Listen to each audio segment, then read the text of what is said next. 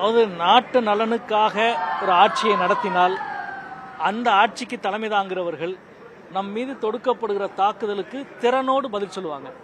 ஆனால் நாட்டு நலனுக்காக நடக்கிற ஆட்சி இல்லை, அவர்களின் நண்பர்களுக்காக நடத்தப்படுகிற ஒரு ஆட்சி.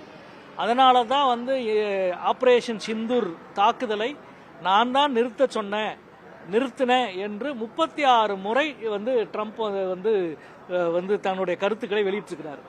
ஆனால் அப்படி அவர் சொல்லலை, அல்லது சொன்னது தப்பு, அல்லது ட்ரம்ப் பொய் சொல்கிறாரு, ஏதாவது ஒன்று சொல்லுங்க அப்படின்னு மக்களவையில் அவ்வளோ கேட்ட பொழுதும் ஒரு வார்த்தை கூட, ட்ரம்ப் என்ற ஒரு வார்த்தையை கூட சொல்லாமல் வெளியேறினார். மாநிலங்களவையில் இந்த கேள்விக்கு பதில் சொல்லவே முடியாதுன்றதுக்காக மாநிலங்களவைக்கே அவர் போகலை. அதாவது பாகிஸ்தான் எல்லைக்குள் 100 கிலோமீட்டர் உள்ளே போய் நாங்கள் தாக்குதல் நடத்தினோம் என்று சொல்லுகிற மரியாதைக்குரிய மோடி அரசு பாராளுமன்றத்துக்குள்ளே கூட வர முடியாத ஒரு நிலையை சந்திச்சது. அதனுடைய விளைவு தான் இன்னைக்கு 50% வரி உயர்வு என்பது ட்ரம்ப் நிர்வாகம் செய்திருக்கிறாங்க.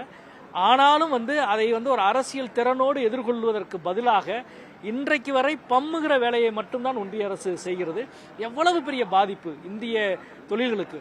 நீங்க அமெரிக்கா அவர்கள் நாட்டுக்கு பாதிப்பு ஏற்படுகிற பொருட்களை இங்கே இருந்து இறக்குமதி செய்யறதுக்கு எந்த தடையும் இல்லை, அது பிரச்சனை கிடையாது.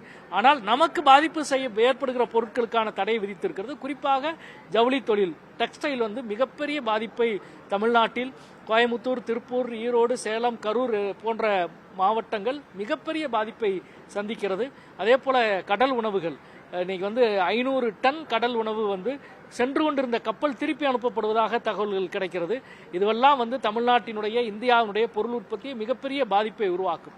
இதில் அடிப்படையான கேள்வி என்னன்னா, ட்ரம்ப் நிர்வாகம் சொல்லுகிற மிக முக்கியமானது, ரஷ்யாவிடமிருந்து பெட்ரோலிய பொருட்களை இறக்குமதி செய்வதை நிறுத்த வேண்டும் என்று சொல்லுகிறது.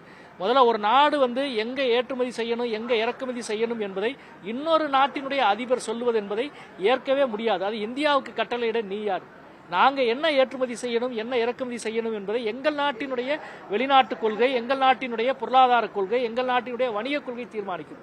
எனவே இன்னொரு நாட்டினுடைய சுய உரிமைக்குள் தலையிடுகிற ட்ரம்பினுடைய இந்த அதிகாரத்துவத்தை முழுமையாக நாம் நிராகரிக்கிறோம், எதிர்க்கிறோம். இது ஒரு பக்கம். இன்னொரு பக்கம், ரஷ்யாவிடம் பெட்ரோலிய பொருட்கள் இறக்குமதி செய்வது யார் என்ற கேள்வி முக்கியமானது. அது இந்திய மக்களுக்காக இந்திய அரசு இறக்குமதி செய்யல, இந்தியாவின் பொதுத்துறை நிறுவனங்கள் இறக்குமதி செய்யல. இன்னும் வெளிப்படையாக சொல்ல போனால் ரிலையன்ஸ் நிறுவனம் 50%க்கும் அதிகமான பெட்ரோலிய பொருட்களை ரஷ்யாவிடம் இறக்குமதி செய்கிறது. இறக்குமதி செய்து இந்தியாவில் சுத்திகரிப்பு செய்து ஐரோப்பிய நாடுகளுக்கு ஏற்றுமதி செய்கிறது. இந்த வர்த்தகத்தில் மிகப்பெரிய பலனை ரிலையன்ஸ் நிறுவனம் அடைகிறது. ரிலையன்ஸ் நிறுவனம் அடைகிற இந்த மிகப்பெரிய பலனுக்காக இந்தியாவினுடைய பல 100 நிறுவனங்கள் மிகப்பெரிய நஷ்டத்தை சந்திக்கிற ஒரு நெருக்கடி இருக்கிறது. எனவே அரசியலாக தீர்க்கப்பட வேண்டிய நெருக்கடி, அதற்கு ஒன்றிய அரசு உடனடியாக செயலாற்ற வேண்டும்.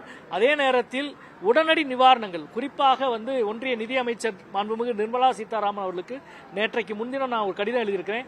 என்பிஏ வராக்கடன் விதிமுறைகள் தளர்த்தப்பட வேண்டும்.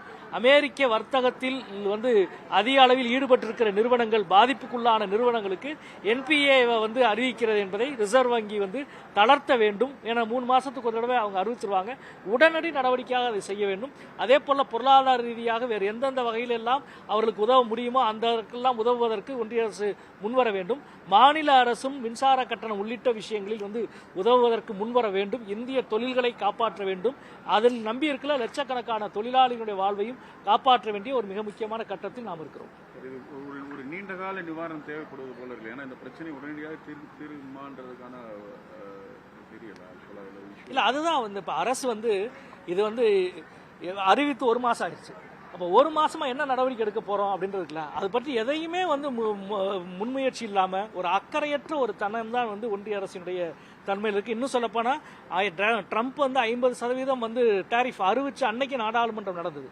நாடாளுமன்றத்தில் இதை பற்றி விவாதிக்கணும்ன்ற பொழுது வெறுமன ஒரு அறிக்கையை மட்டும் ஒன்றிய அமைச்சர் வாசிச்சாரு. ஒன்றும் இல்லாம ஒரு அறிக்கை. அது இப்படி ஒரு அறிவிக்கப்பட்டிருக்கிற இந்த அறிவிப்பு இந்தியாவின் பொருளாதாரத்தை எப்படி பாதிக்கும், நாங்கள் அரசியலாக அதை எப்படி எதிர்கொள்கிறோம், அதே நேரத்தில் பாதிக்கப்படுகிற இந்திய தொழில் நடத்துவோர்களுக்கு, தொழில் முனைவோர்களுக்கு நாங்கள் எந்த வகையிலாம் உதவுறதுக்கு முன்வர போறோம், அதற்கு என்ன நாங்கள் யோசிச்சிருக்கிறோம், என்ன திட்டமிட்டு இருக்கிறோம் என்பதை எதை பற்றியும் பேசாமல் இன்றைக்கு வரை மௌனமாக இருப்பது ஒன்றிய அரசினுடைய நண்பர்களுக்கான ராஜ விசுவாசம் தான் வெளிப்படுகிறதே தவிர மக்களுக்கான ராஜ விசுவாசம் வெளிப்பட மறுக்கிறது.